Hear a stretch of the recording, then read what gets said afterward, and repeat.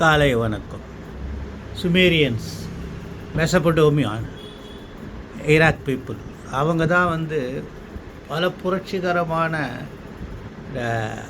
வளர்ச்சி அடைஞ்சாங்க. நாகரிகத்தின் வளர்ச்சி. அவங்க தான் சக்கரத்தை கண்டுபிடிச்சாங்க. அவங்க தான் கலப்பை, ஏர் உழும் கலப்பையை கண்டுபிடிச்சிருக்காங்க.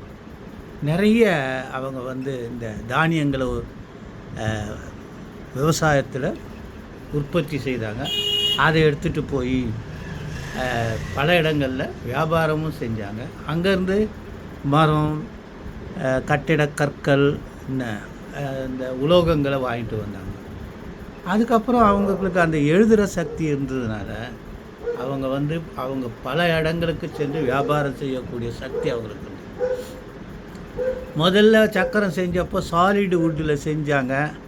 அதுக்கப்புறம் அது ரொம்ப கடினமாக இருந்தால் பின்ன அதை கொஞ்சம் கொஞ்சமாக அதுக்கு நடுவில் ஸ்போக்ஸ் எல்லாம் வச்சு, ஆரங்கள் கம்பி மாதிரி வச்சு, அது எளிமையான சக்கரமாக வச்சு அதுக்கப்புறம் அந்த ஏற்கலப்பையில் மரத்தால் செஞ்சு அதில் வெண்கலத்தாலான பிளேடு அதை வச்சு உழுதாங்களாம்.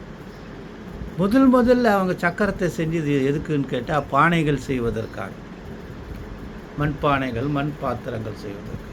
அது 3500 ஆண்டுகளுக்கு, கிறிஸ்து பிறப்பு 3500, இது 2025 கூட்டி 5000 ஆண்டு.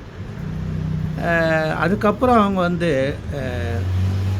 அந்த 300 வருடங்களுக்கு பிறகு அந்த சக்கரத்தின் துணை கொண்டு பயணம் செய்கின்ற வாகனங்களுக்கு பயன்படுத்தினாங்க. அவ்வளோ அருமையாக இருக்கு பாருங்கள். காலை வணக்கம்.